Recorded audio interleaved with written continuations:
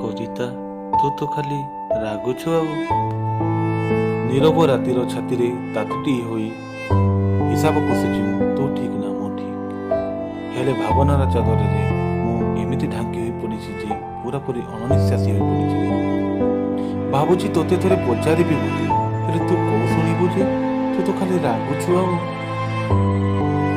ସମୟର ସୁଅ ଆମ ଦୁଇଙ୍କର ସ୍ମୃତି ସବୁ ବସେଇ ନେବାକୁ ଚେଷ୍ଟା କଲାଣି, କିନ୍ତୁ ସେସବୁକୁ ମୋ ହୃଦୟର ଗୋଟେ ପଟେ ଖୁବ୍ ଯତ୍ନରେ ସାଇତି ରଖିଛି ରେ। ଆଉ କ'ଣ ଭାବୁଛି ଜାଣିଛୁ ନା, ତୋତେ ସେ ସବୁ ସ୍ମୃତିକୁ ଭେଟିଦେବି, ହେଲେ ତୁ କୋଉ ଗ୍ରହଣ କରିବୁ ଯେ, ତୁ ତ ଖାଲି ରାଗୁଛୁ ଆଉ। ପ୍ରେମ ସବୁବେଳେ ଭରସା ଦିଏ, ସାହସ ଦିଏ ଓ ବାହାନା ବି ଖୋଜେ।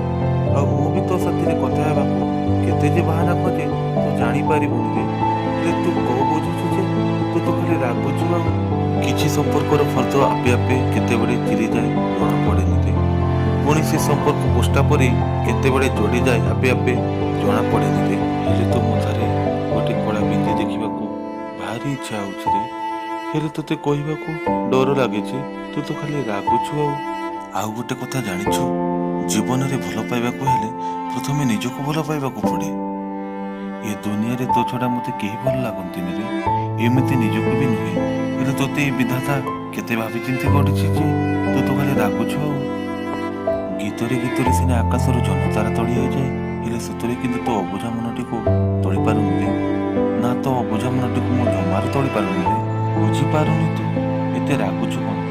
ଖାଲି ଏତିକି ଭାବୁଛି ତୋ ଆଗରୁ ମୋ ବାଟ ସରିଯାନ୍ତାନି, କାରଣ ତୋ ନୀରବତା ମୋ ପାଇଁ ଅସହ୍ୟ, ମୋର ଅସହ୍ୟ।